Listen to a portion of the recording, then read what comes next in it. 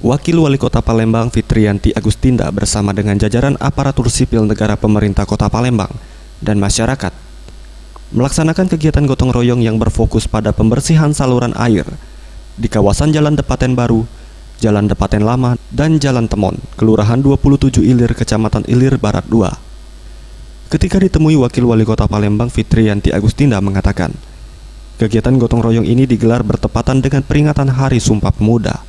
Oleh sebab itu, diharapkan agar generasi muda di Palembang dapat ikut mencontoh hal ini dan mengisi aktivitas dengan hal positif dan membanggakan negara, khususnya Kota Palembang.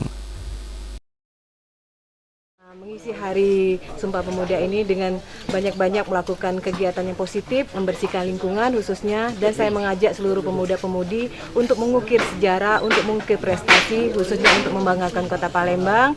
Mari kita bangkit, kita berikan yang terbaik untuk bangsa dan negara. Beragam manfaat dapat diperoleh dalam kegiatan gotong royong, mulai dari membersihkan lingkungan, mengantisipasi permasalahan seperti banjir yang hingga saat ini menjadi pekerjaan rumah bagi Kota Palembang, dan yang terpenting dapat mempererat persatuan dan kesatuan. Tim Liputan Sriwijaya TV.